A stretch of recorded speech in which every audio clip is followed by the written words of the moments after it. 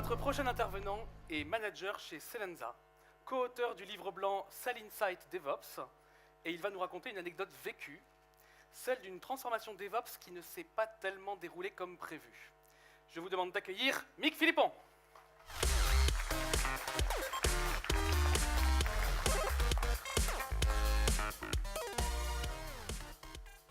Bonjour à tous. Alors effectivement, je voudrais vous parler de quelque chose qui ne s'est pas vraiment parlé comme prévu, mais avant je vais vous parler de quelque chose qui s'est passé lui comme prévu, qui en a été la genèse. En fait, je travaillais à l'époque pour une filiale infrastructure dans un grand groupe d'assurance, et notre objectif était d'aller voir les différentes filiales du groupe et justement de réaliser à leur sein une transformation, de les amener vers du DevOps tel qu'on l'entend, c'est-à-dire une équipe intégrée, de la collaboration, de l'automatisation. Enfin, je ne vais pas vous refaire tous les piliers qu'on a vus en long en large ce matin. Et donc, on a commencé par ceux qui étaient juste à côté de nous, c'est-à-dire la filiale française. Donc, on allait les voir, ils étaient à 10 minutes à pied, c'est tombé bien, ça se passait super bien avec eux. On a fait une transformation que j'aurais pu vous raconter aujourd'hui, qui s'est très très bien passée, ça aurait fini comme un conte de fées, ils vécurent heureux, firent beaucoup de mise en prod. C'était très bien. Et puis, en fait, c'est la suite qui est intéressante. Pourquoi ? Parce que fort de ce succès, on s'est dit, écoutez, ça tombe bien, on a réussi à transformer notre premier client, allons-y, prenons une deuxième filiale.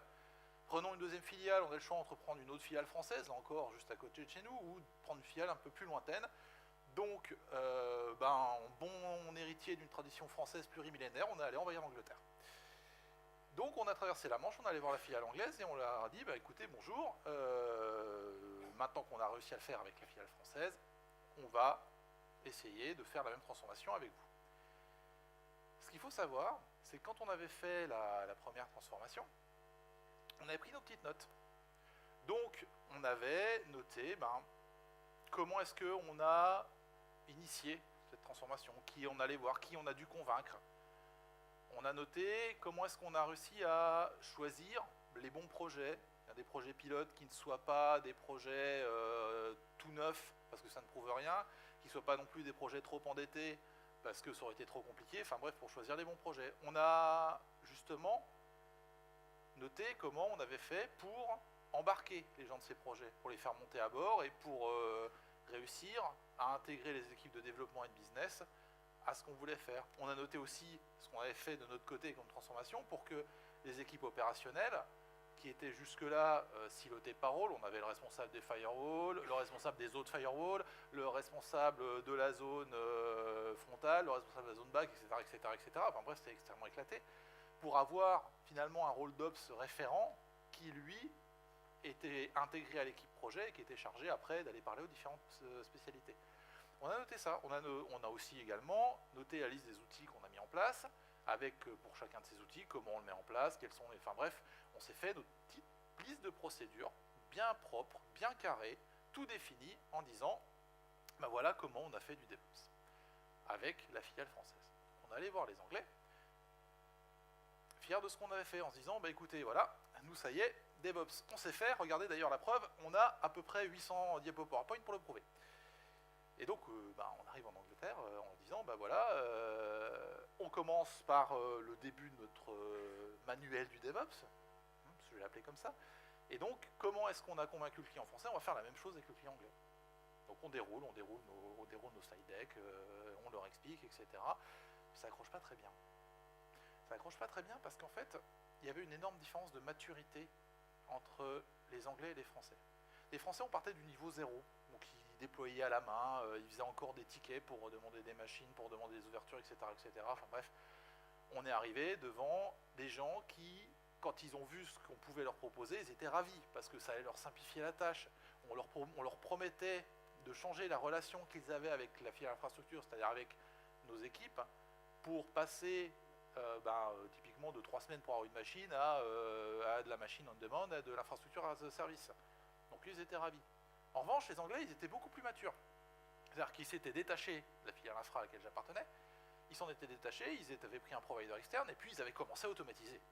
Parce que, effectivement, ils avaient surtout un gros logiciel à déployer qui était assez complexe, ils avaient tellement de douleurs, ils avaient eu tellement de douleurs dans le passé pour déployer ce logiciel, que ils se sont dit, allons-y, quoi, va pas attendre que les ops viennent nous voir et toquer à notre porte pour automatiser. Donc ils avaient une maturité assez importante sur ce sujet, à savoir qu'ils en étaient déjà effectivement de la mise en prod automatisée, ils avaient déjà accès aux métriques de leur production et tout ce genre de choses. Et effectivement, il y avait des gens dans leur équipe qui avaient un rôle d'ops, même s'ils n'en avaient pas le titre officiel dans la nomenclature du groupe. Et donc en fait, ce qui s'est passé, c'est que nous on arrivait avec un peu d'arrogance, faut pas avoir peur de le dire, en disant, comme je vous ai dit, on a notre manuel, on sait faire du DevOps, on va vous apprendre. Sauf qu'on n'a rien appris du tout, ou tellement peu que c'était marginal. Et donc en fait, on a eu la première approche, c'est pas très bien passé à cause de ça, parce que finalement on les a pas écoutés. On est arrivé avec notre solution. Et on est arrivé avec notre solution méthodologique, mais avec notre solution également technique. Quand je vous ai dit qu'ils avaient commencé, c'est qu'effectivement, ils avaient automatisé un certain nombre de choses. Et ils l'avaient fait en utilisant les outils qu'ils connaissaient eux, les outils qui leur allaient bien, qui faisaient le job, mais qui n'étaient bien évidemment pas les outils que nous avions choisis nous, et qui avaient vocation, vous savez, dans la grande tradition des grosses boîtes, où on a trouvé l'anneau unique qui est là pour les lier tous, et donc on avait notre outil, on avait notre suite d'outils dont l'objectif affiché était de se répandre sur l'intégralité de ce groupe d'assurance et de servir à tout le monde. Et eux, ils en avaient d'autres. Et donc, là encore, quand on s'est assis côté des techniciens pour commencer à faire réellement, toute la partie précédente, c'était des meetings organisationnels, etc., savoir comment on fait, convaincre les bonnes personnes, avoir les bons tampons aux bons endroits. Enfin bon, tous ceux qui sont dans un grand groupe savent comment ça marche, ça peut être un peu long. Et là, on a commencé à s'asseoir pour faire. Et quand on a voulu faire, on leur a dit, regardez, nous, notre soft, il permet de faire ça, ça, ça, vous allez voir, ça va être facile, en 3 clics, un petit peu de script, en 2-3 jours, on aura réussi. Et puis ils ont dit, mais ça sert à rien, on l'a déjà, regardez. On a déjà tout ça, on a déjà nos scripts, on a déjà notre outil, ça marche. Pourquoi est-ce que vous voulez qu'on vienne dans le nôtre? Parce que le nôtre, c'est l'outil officiel. Et oui, mais ton outil officiel, je ne le maîtrise pas, le mien, je le maîtrise. Oui, mais c'est l'outil officiel. Oui, non, mais moi, je te dis que ça marche. Oui, mais c'est l'outil officiel. Voilà. Je vous fais pas les 3 semaines de dialogue, mais ça ressemble à ça. Donc, du coup, ça coince un petit peu à ce niveau-là, d'autant plus que, effectivement, on avait un autre défaut, c'est que les outils qu'on proposait, comme ils n'étaient pas adaptés à la solution qu'ils avaient eux, ils offraient moins de fonctionnalités sur certaines choses. Je vous parlais au début d'infrastructure as a service. Petite anecdote, c'est qu'eux, ils avaient un provider externe et ils avaient automatisé toute leur infrastructure. C'est-à-dire qu'ils étaient capables de générer un environnement à la volée chez leur provider, tout compris. Nous, de notre côté, c'était sur un cloud privé encore, et donc on était capable de générer un certain nombre de choses. Mais une des choses, par exemple, que nous, on ne savait pas faire, et que leur provider savait faire, c'était l'ouverture des routes réseau, l'ouverture des firewalls, et voilà. Et donc, ce qui se passait, c'est qu'on est arrivé en leur disant, c'est l'outil du groupe, il faut l'utiliser, et en plus, maintenant, pour vos firewalls, on va repasser de 10 secondes à 3 semaines. Voilà. Du coup, c'était pas ravi. Tout ça tant bien que mal, on arrive à s'arranger, c'est-à-dire que notamment, je vous ai dit, une des choses qu'on avait bien réussi avec l'équipe française, c'est le rapprochement des équipes et le fait qu'ils se parlaient en direct. Donc on a fait la même chose avec l'Angleterre, c'est-à-dire que le firewall, en fait, pour reprendre cet exemple, qui est quasi caricatural, mais ça s'est vraiment passé comme ça, on a réduit de 3 semaines à 1 heure, une demi-journée, c'est-à-dire qu'en fait, après moult réunions avec les experts sécurité à droite, à gauche, avec les bons chefs, on a réussi à faire admettre qu'ils avaient le droit de se parler directement et qu'il était plus nécessaire de passer par la procédure sanctifiée qui est je fais un ticket, qui est approuvé par mon chef, qui sera approuvé par la filiale infra, etc., qui prend 2 semaines et demie, voire 3 semaines, moins 2 heures sur le temps de réalisation, pour que les gens se parlent directement. Donc on a quand même, c'est pas un échec total non plus, on a quand même réussi à se faire parler des gens qui au début s'ignoraient. Je vous rappelle le contexte, la filiale anglaise a choisi sciemment de se passer de la filiale infrastructure parce qu'ils nous trouvaient trop mauvais, ils n'avaient pas tort. Et donc, on a quand même réussi justement à rapprocher les équipes et à faire que tout ce monde-là finalement se parle et forme une équipe projet et non plus 2 filiales séparées par un espèce de mur de Berlin dans lequel ne transitent que des formulaires. Sauf que petit à petit, quand je vous dis toutes ces petites difficultés mises bout à bout font qu'au bout de 6 mois de relation avec eux, on n'avait toujours pas réussi. On avait le gros logiciel que eux savaient déployer tout seuls, nous on ne savait toujours pas le faire. Donc forcément le résultat c'était quoi? C'était que à un moment les managers côté anglais, les auto management, a décidé de taper du poing sur la table et de dire on arrête les frais là. Ça ne sert à rien, ça fait 6 mois qu'on crame du gaz et on n'a pas avancé d'un millimètre. Merci, thank you but goodbye. Voilà. Donc on a retraversé la Manche dans l'autre sens. Et en fait derrière ce qu'on a fait c'est qu'on a cherché à comprendre. Alors vous devinez en filigrane les bonnes raisons, mais on s'est dit ok bon, la première fois ça a super bien marché, la deuxième fois non. Qu'est-ce qu'on fait? Est-ce qu'on tente une troisième fois en disant ça devrait marcher la troisième fois et si ça échoue, on plante le programme définitivement et on peut aller se rhabiller? Ou est-ce qu'on se livre à une phase d'analyse, on essaye de comprendre comment justement faire de cette troisième fois une réussite? Et c'est ce qu'on a fait. On a regardé, on a retourné voir les Anglais, mais cette fois-ci pour leur demander à leur avis comment on aurait pu s'arranger, comment on aurait fait pour que ça marche. On a demandé également aux Français, voilà, avec qui ça avait très bien marché, avec qui on avait encore de très bonnes relations, parce que le projet de la France continue à tourner, continue à se déployer automatiquement, arriver à créer leur infra automatiquement, sauf les firewalls, mais peu importe.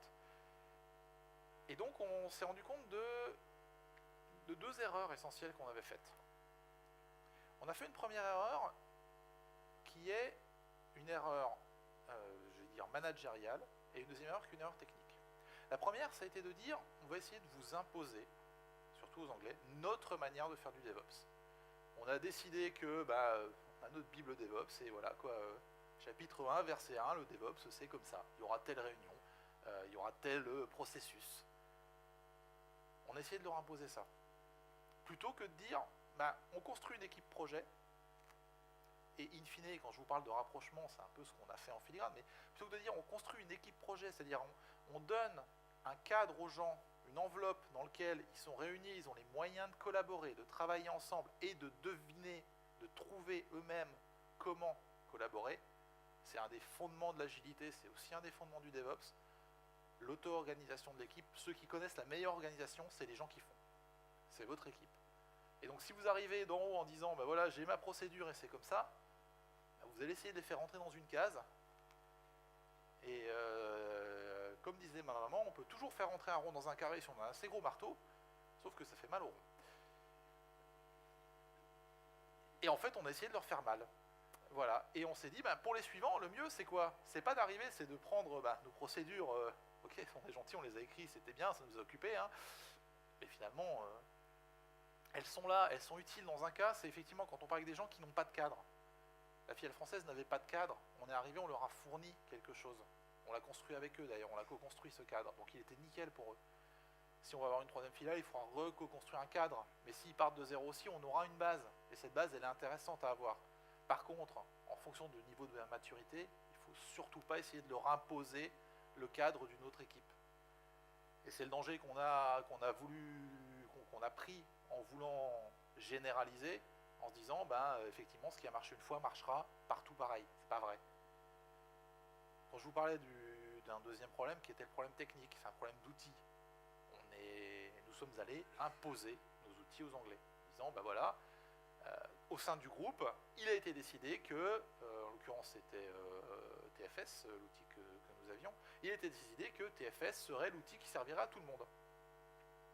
Alors TFS est un très très bon outil. Sauf que quand vous avez une équipe qui a déjà des compétences sous Jenkins, qui a déjà des compétences sur leur script de déploiement, leur dire toutes vos compétences, vous êtes bien gentil, mais vous les mettez à la poubelle et vous réapprenez un autre outil, alors ça marche dans l'autre sens, vous réapprenez un autre outil, qu'est-ce que font les gens? Vous les sortez de leur zone de confort pour un gain qu'ils ne voient pas, parce que finalement ils disent mais il faut que je refasse la même chose sur un outil que je ne maîtrise pas, pour le même résultat, j'y gagne quoi? C'est quoi? Qu'est-ce que j'y gagne moi à faire ça? Rien. Donc il y a une résistance au changement assez importante, ce qui est normal. Et donc en fait, pourquoi aussi, derrière la raison, pourquoi on voulait un outil unique?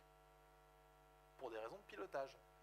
quand vous générez un parc énorme, Filiale Infra d'un groupe d'assurance mondiale, vous allez générer plus d'une cinquantaine de filiales qui ont chacun je ne sais combien de projets. Enfin, si tout le monde a le même outil, c'est extrêmement facile aux strates supérieures de savoir ce qu'il en est. Donc on sait, bon ben voilà, cette semaine-là, en moyenne, la mise en prod d'un projet au sein du groupe, c'est toutes les 2 semaines par exemple. On peut savoir, en moyenne, une mise en prod, ça prend 4 minutes. Ah bah attends, du coup, donne-moi les projets qui dépassent 8, puis je vais aller leur taper dessus. Ou je vais investir dessus. Donc bref, au niveau du management, c'est très bien d'avoir un seul outil, ça permet d'avoir des métriques unifiées. Et en fait, ce qui est important dans cette phrase, c'est pas un seul outil, c'est les métriques unifiées. Et on peut très bien unifier des métriques provenant d'outils hétéroclites. Donc du coup, en fait, les 2 leçons qu'on en a tirées, c'est quoi? Finalement, c'est laisser les équipes s'auto-organiser, non seulement au niveau managérial, mais aussi au niveau technique. Ne cherchez pas à imposer une méthode, ne cherchez pas à imposer des outils. Par contre, si vous êtes dans le rôle effectivement de coordinateur DevOps ou d'évangéliste DevOps, ce qui est important pour vous, c'est de chercher à avoir pour le top management une couche de monitoring, de métrologie, qui elle soit cohérente et qui puisse agréger les différents niveaux de progression, les différentes métriques des différents projets. Celles-là, il faut les unifier. Mais par contre, n'imposez pas vos outils, n'imposez pas vos méthodes. Et c'était mon message principal et je vous remercie.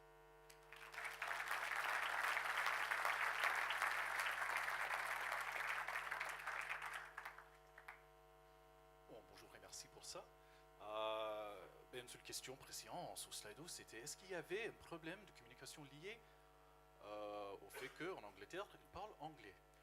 Alors, non, il n'y avait pas de barrière liée à la langue per se. Alors effectivement, il y a des gens qui parlaient moins bien anglais que d'autres. On s'en sortait. Non, le problème principal, c'était la distance. Donc, je vous ai dit, les Français étaient à 10 minutes à pied. Si on avait un souci, si jamais quelque chose qu'on ne pouvait pas résoudre par téléphone, on prenait nos 2 jambes, on y allait et on discutait. Facile.